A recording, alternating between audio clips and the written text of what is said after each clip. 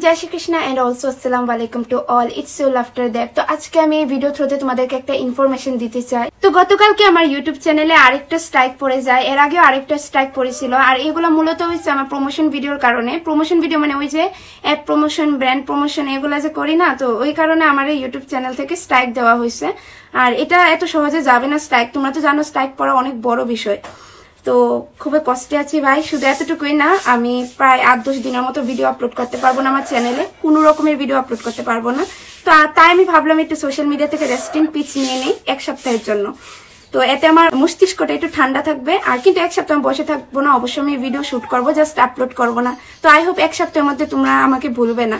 আমি এই কথাগুলো লাইভে বলতে পারতাম, কিন্তু লাইভে অনেকে জানবে অনেকে জানবে না, তাই আমি ভিডিওর মাধ্যমে তোমাদেরকে বলে দিতেছি, ঠিক আছে? কি বলবো, আমি আর প্রমোশন কিছু করছি না ভাই। তোমরা আমাকে আর ডিএম করো না যে দিদি এই একটা প্রমোশন আছে ওরকম ওরকম, আমি আর করবো না।